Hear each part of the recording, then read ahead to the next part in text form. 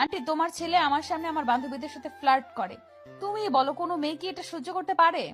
পরে আমি যখন ওর দিকে রেগে তাকালাম, ও আরো বেশি করে ফ্লার্ট করতে শুরু করলো। তাই ওর কলার ধরে তোমার কাছে নিয়ে আসছি। ভুল কিছু করলে মাফ করে দিবেন। তুমি কোনো ভুল কিছু করো নাই বোন। একদম ঠিক করেছিস মা। আমি সিঁড়ি দিয়ে উঠলে তাদের কথা শুনছি, মাঝপথে উঠতেই এই যে নবাব সাহেব, দাঁড়ান, একটু এদিকে আসেন। আমি বুঝতে পারছি এবার আম্মু আর ভাবি মিলে সার্ফ এক্সেল দিয়ে ধুলাই করবে। তাড়াতাড়ি উঠে রুমে ঢুকে দরজা ভিতর থেকে বন্ধ করে দিলাম। বাইরে থেকে আম্মু বলছে, তুই আমার মেয়েটাকে কাঁদিয়েছিস, আজই তোর খাওয়া বন্ধ। আগে রুম থেকে বের হ, তারপর তোকে দেখছি।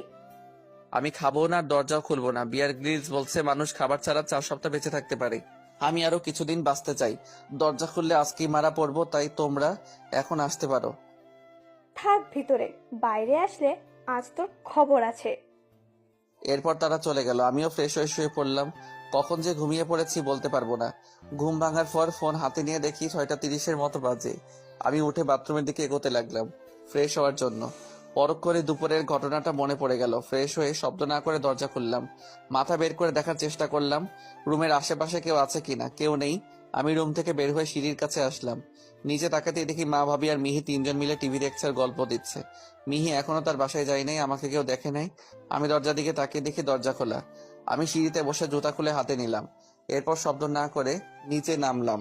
নেমে চুপি চুপি দরজার দিকে এগোলাম। দরজার দিকে 3 হাত মতো দূরে থাকতেই এই দাঁড়া। আমি সোজা দাঁড়িয়ে গেলাম। তাদের দিকে তাকিয়ে দেখে আম্মু বসা দেখে উঠছে, আর তার কথা শুনে ভাবি ও মিহি আমার দিকে তাকালো। মুহূর্তে তারা আবার দরজার রূপে ফেরত আসলো। আমি আর না দাঁড়িয়ে এক দৌড়ে বাসার বাইরে চলে আসলাম। পিছন থেকে তারা কিছু বলছে, কিন্তু আমি আর সেদিকে খেয়াল করি নাই। এরপর আমাদের বন্ধুদের আড্ডা দেওয়ার জায়গায় চলে আসলাম। দেখি সবগুলো বসে আড্ডা দিচ্ছে। আমিও ওদের সাথে যোগ দিলাম। 10টার দিকে সবাই বাসার দিকে রওনা দিল।